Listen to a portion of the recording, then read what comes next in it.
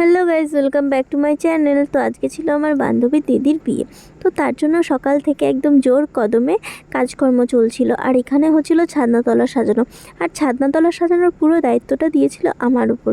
তো আমি সেই বুঝে সব কাজকর্ম ঠিকঠাকভাবে করছিলাম। আর এখানে দেখতেই পাচ্ছ ফুল দিয়ে সাজাচ্ছিলাম, আর এখানে আমাকে বান্ধবী হেল্প করছিল সব কাজকর্মে। তো তারপরে এখানে সাজানো প্রায় কমপ্লিট হয়ে এসেছিলো, কিন্তু এখনও ফুল দিয়ে ডেকোরেট করা বাকি আছে আর আলপনা দেওয়াও বাকি আছে। তো এখানে ছাদনাতলা সাজাতেই চলে এসেছিলো গায়ে হলুদের তত্ত্ব নিয়ে। তারপরে চলে গেলাম এখানে, এই যে মাছ বরণ করছে দেখতেই পাচ্ছ। তো মাছ বরণ করে তারপরে সোজা চলে গেলাম এখানে গায়ে হলুদ অনুষ্ঠানে।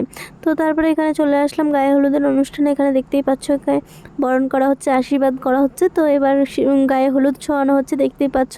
তো এখানে হলুদ ছোঁয়ানোর পর এখানে আমার ছাদনাতলা সাজানো কমপ্লিট হয়ে গেছে। তো দেখতেই পাচ্ছ, তো কেমন লাগছে অবশ্যই কমেন্ট করে জানিও। আর এখানে আমার আলপনা দেওয়াও কমপ্লিট হয়ে গেছে দেখতেই পাচ্ছ। তো তারপরে এখান থেকে সোজা চলে গেলাম দুপুরের খাওয়া দাওয়ায়।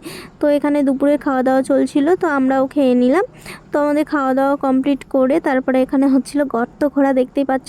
গর্ত খোঁড়া কমপ্লিট করে এখানে চলে যাচ্ছিলো দেখতে পাচ্ছ জল সাজতে।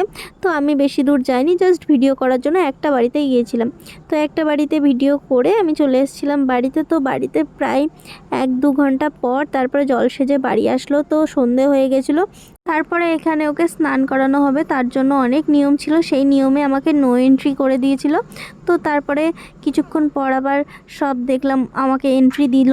তো তারপরে এখানে ভিডিও করছিলাম দেখতেই পাচ্ছ। তো সব নিয়মকানুন শেষ করে ওকে, সন্ধে হয়ে গেছিলো যেহেতু, স্নান করলে মাথা ভেজালে শুকাবে না বলে অল্প জল দিয়ে ওকে জাস্ট গায়ে ছিটিয়ে ওকে ঘরে যেতে বলল। তো তারপরে ও ঘরে চলে গেল। তো আজকের মতো এইটুকুই, আবার দেখা হবে বিয়ের ব্লগ নিয়ে। তো তার জন্য আমার চ্যানেলটা সাবস্ক্রাইব করতে হবে। তো আজকের মতো এইটুকুই, বাই।